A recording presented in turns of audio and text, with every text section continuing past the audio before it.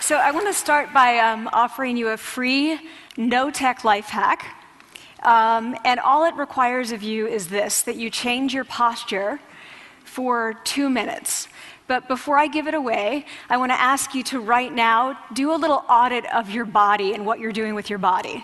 So how many of you are sort of making yourselves smaller? Maybe you're hunching, crossing your legs, maybe wrapping your ankles. Sometimes we hold on to our arms like this. Sometimes we spread out. I see you. So I want you to pay attention to what you're doing right now. We're going to come back to that in a few minutes, and I'm hoping that if you sort of learn to tweak this a little bit, it could significantly change the way your life unfolds. So we're really fascinated with body language, and we're particularly interested in other people's body language. You know, we're interested in, like, you know, an awkward interaction, or a smile, or a contemptuous glance, or maybe a very awkward wink, or maybe even something like a handshake. Here they are arriving at number 10, and look at this lucky policeman gets to shake hands with the President of the United States. Oh, and here comes the Prime Minister of the... No.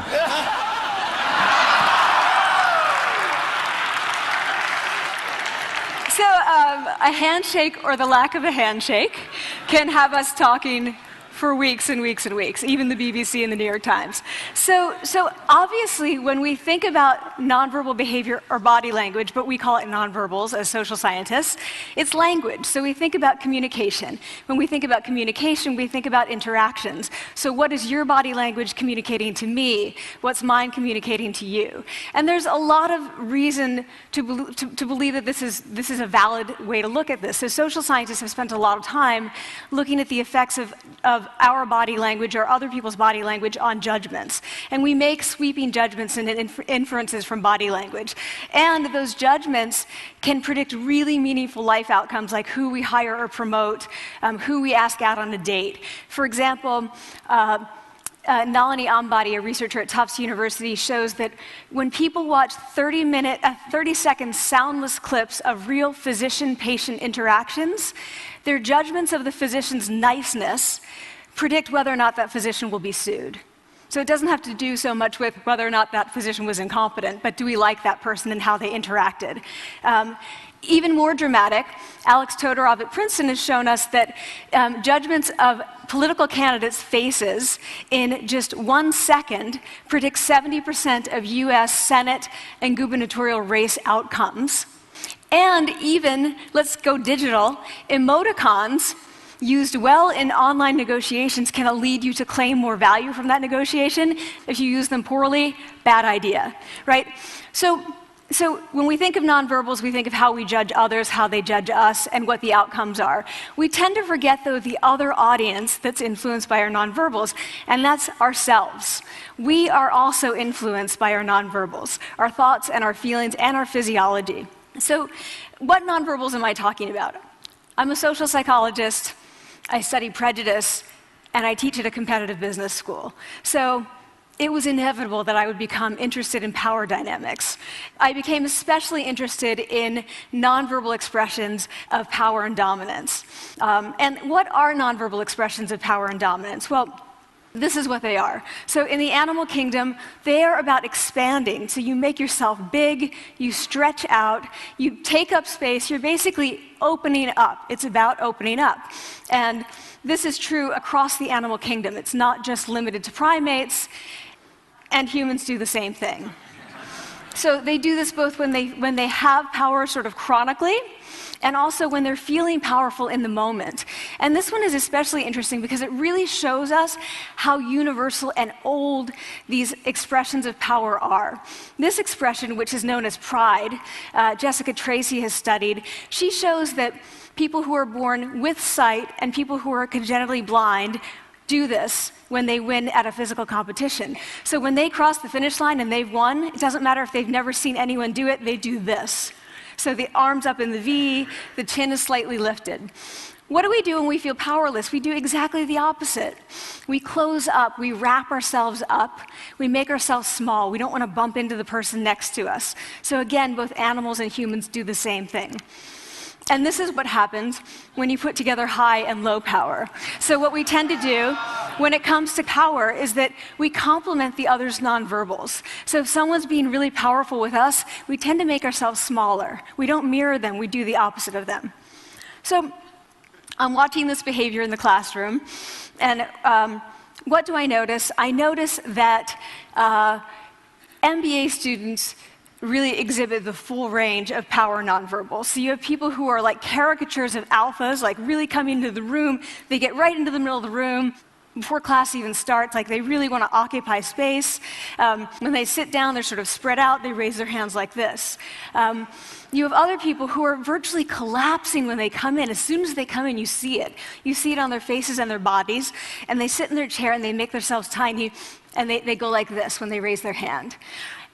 I noticed a couple things about this. One, you're not going to be surprised. It seems to be related to gender. So women are much more likely to do this kind of thing than men. Women feel chronically less powerful than men, so this is not surprising. But the other thing I noticed is that it also seemed to be related to the extent to which the students were participating and how well they were participating. And this is really important in the MBA classroom because participation counts for half the grade. So business schools have been struggling with this gender grade gap. You get these equally qualified women and men coming in, and then you get these differences in grades, and it seems to be partly attributable to participation. So I started to wonder, okay, so you have these people coming in like this, and they're participating. Is it possible that we could get people to fake it, and would it lead them to participate more? So my main collaborator, Dana Carney, who's at Berkeley, and I really wanted to know, can you fake it till you make it? Like, can you do this just for a little while and actually experience a behavioral outcome that makes you seem more powerful? So we know that our nonverbals govern how other people think and feel about us. There's a lot of evidence, but our question really was, do our nonverbals govern how we think and feel about ourselves? There's some evidence that they do. So, for example, when we smile when we feel happy, but also when we're forced to smile by holding a pen in our teeth like this, it makes us feel happy. So it goes both ways. When it comes to power, it also goes both ways. So when you feel powerful, you're more likely to do this, but it's also possible that when you pretend to be powerful, you are more likely to actually feel powerful. So the second question really was, so we know that our minds change our bodies, but is it also true that our bodies change our minds? And when I say minds, in the case of the powerful, what am I talking about? So I'm talking about thoughts and feelings and the sort of physiological things that make up our thoughts and feelings. And in my case, that's hormones. I look at hormones. So what do the minds of the powerful versus the powerless look like? So powerful people tend to be, not surprisingly, more assertive and more confident, more optimistic. They actually feel that they're going to win even at games of chance. They also tend to be able to think more abstractly. So there are a lot of differences. They take more risks. There are a lot of differences between powerful and powerless people. Physiologically, there also are differences on two key hormones, testosterone, which is the dominance hormone, and cortisol, which is the stress hormone. So what we find is that high-power alpha males in primate hierarchies have high testosterone and low cortisol. And powerful and effective leaders also have high testosterone and low cortisol. So what does that mean? When you think about power, people tended to think only about testosterone because that was about dominance. But really, power is also about how you react to stress. So do you want the high-power leader that's dominant, high on testosterone, but really stress reactive? Probably not, right? You want the person who's powerful and assertive and dominant, but not very stress reactive, the person who's laid back. So we know that in primate hierarchies, if an alpha needs to take over, if an individual needs to take over an alpha role sort of suddenly, within a few days, that individual's testosterone has gone up significantly and his cortisol has dropped significantly. So we have this evidence, both that the body can shape the mind, at least at the facial level, and also that role changes can shape the mind. So what happens, okay, you take a role change, what happens if you do that at a really minimal level, like this tiny manipulation, this tiny intervention? For 2 minutes you say, I want you to stand like this, and it's going to make you feel more powerful. So this is what we did. We decided to bring people into the lab and run a little experiment. And these people adopted for 2 minutes either high power poses or low power poses. And I'm just going to show you 5 of the poses, although they took on only 2. So here's one, a couple more. This one has been dubbed the Wonder Woman by the media. Here are a couple more. So you can be standing or you can be sitting. And here are the low power poses. So you're folding up, you're making yourself small. This one is very low power. When you're touching your neck, you're really kind of protecting yourself. So this is what happens. They come in, they spit into a vial. We, for 2 minutes, say, you need to do this or this. They don't look at pictures of the poses. We don't want to prime them with the concept of power. We want them to be feeling power, right? So 2 minutes they do this.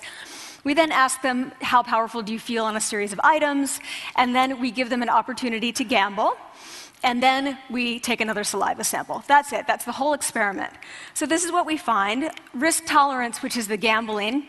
What we find is that when you're in the high power pose condition, 86% of you will gamble. When you're in the low power pose condition, only 60%. And that's a pretty whopping significant difference. Here's what we find on testosterone. From their baseline when they come in, high power people experience about a 20% increase, and low power people experience about a 10% decrease. So again, 2 minutes and you get these changes. Here's what you get on cortisol. High power people experience about a 25% decrease, and the low power people experience about a 15% increase. So 2 minutes lead to these hormonal changes that configure your brain to basically be either assertive, confident, and comfortable, or really stress reactive, and feeling sort of shut down. And we've all had that feeling, right? So it seems that our nonverbals do govern how we think and feel about ourselves. So it's not just others, but it's also ourselves. Also, our bodies change our minds. But the next question, of course, is, can power posing for a few minutes really change your life in meaningful ways? So this is in the lab, it's this little task, it's just a couple of minutes. Where can you actually apply this, which we cared about, of course. And so we think it's really what matters, where you want to use this is evaluative situations, like social threat situations. Where are you being evaluated? Either by your friends, like for teenagers, it's at the lunchroom table. It could be, for some people, it's speaking at a school board meeting. It might be giving a pitch, or giving a talk like this, or doing a job interview. We decided that the one that most people could relate to, because most people had been through, was the job interview. So we published these findings, and the media are all over it, and they say, okay, so this is what you do when you go in for the job interview, right? So we were, of course, horrified and said, oh my God, no, that's not what we meant at all, for numerous reasons. No, don't do that. Again, this is not about you talking to other people, it's you talking to yourself. What do you do before you go into a job interview? You do this. Right? You're sitting down, you're looking at your iPhone or your Android, not trying to leave anyone out. You're looking at your notes, you're hunching up, making yourself small, when really what you should be doing maybe is this, like in the bathroom, right?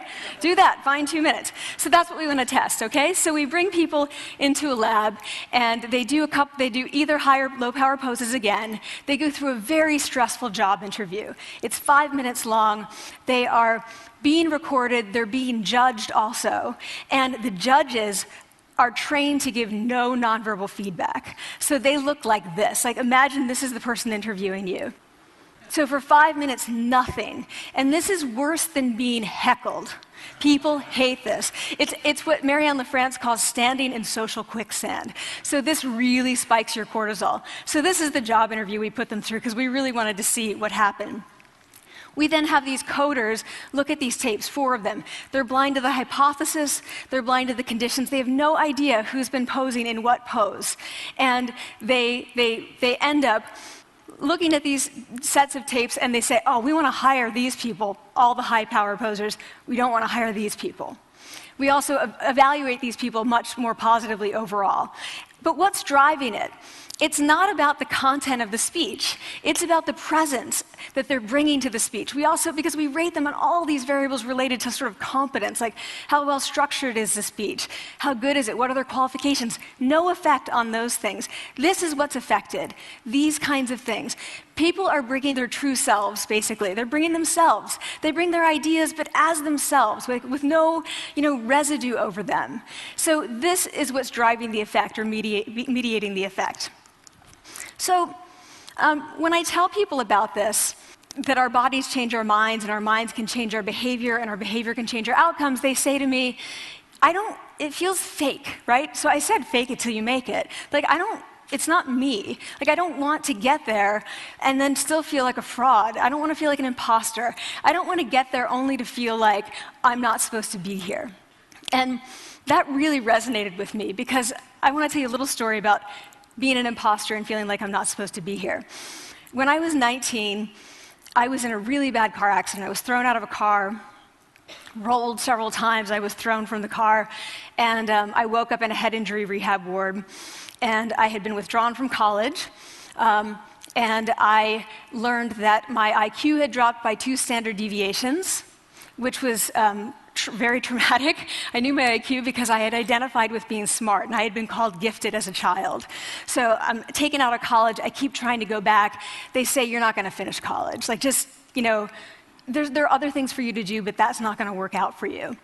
So I really struggled with this. And I have to say, having your identity taken from you, your core identity, and for me it was being smart, having that taken from you, there's nothing that leaves you feeling more powerless than that. So I felt entirely powerless. I worked and worked and worked, and I got lucky and worked and got lucky and worked. Eventually I graduated from college. It took me 4 years longer than my peers. And I convinced someone, my angel advisor, Susan Fisk, to take me on. And so I ended up at Princeton, and I was like, I am not supposed to be here. I am an imposter. And the night before my first year talk, and the first year talk at Princeton is a 20-minute talk to 20 people. That's it. I was so afraid of being found out the next day that I called her and said, I'm quitting. She was like, you are not quitting, because I took a gamble on you and you're staying. You're going to stay, and this is what you're going to do. You're going to fake it. You're going to do every talk that you ever get asked to do. You're just going to do it and do it and do it, even if you're terrified and just paralyzed and having an out-of-body experience until you have this moment where you say, oh my gosh, I'm doing it. Like, I have become this. I am actually doing this. So that's what I did. 5 years in grad school. A few years, I'm at Northwestern. I moved to Harvard. I'm at Harvard. I'm not really thinking about it anymore, but for a long time I had been thinking, not supposed to be here, not supposed to be here. So at the end of my first year at Harvard, a student who had not talked in class the entire semester, who I had said, look, you got to participate or else you're going to fail, came into my office. I really didn't know her at all. And she came in totally defeated, and she said, I'm not supposed to be here.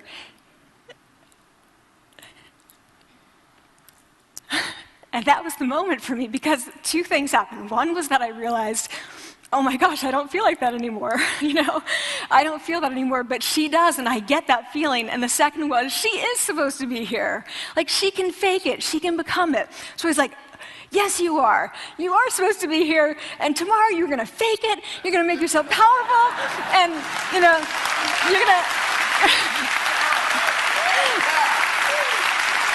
and you're going to go into the classroom, and you are going to give the best comment ever, And she gave the best comment ever, and people turned around, and they were like, oh my God, I didn't even notice her sitting there, She comes back to me months later, and I realized that she had not just faked it till she made it, she had actually faked it till she became it. So she had changed. And so I want to say to you, don't fake it till you make it. Fake it till you become it. It's not do it enough until you actually become it and internalize. The last thing I want to leave you with is this. Tiny tweaks can lead to big changes. So this is 2 minutes. 2 minutes, 2 minutes, 2 minutes. Before you go into the next stressful, evaluative situation, for 2 minutes, try doing this in the elevator, in a bathroom stall, at your desk behind closed doors. That's what you want to do. Configure your brain to cope the best in that situation. Get your testosterone up, get your cortisol down. Don't leave that situation feeling like, oh, I didn't show them who I am. Leave that situation feeling like, oh, I really feel like I got to say who I am and show who I am. So I want to ask you first, both to try power posing, and also I want to ask you to share the science, because this is simple. I don't have ego involved in this. Give it away, share it with people, because the people who can use it the most are the ones with no resources and no technology and no status and no power. Give it to them, because they can do it in private. They need their bodies, privacy, and 2 minutes, and it can significantly change the outcomes of their life. Thank you.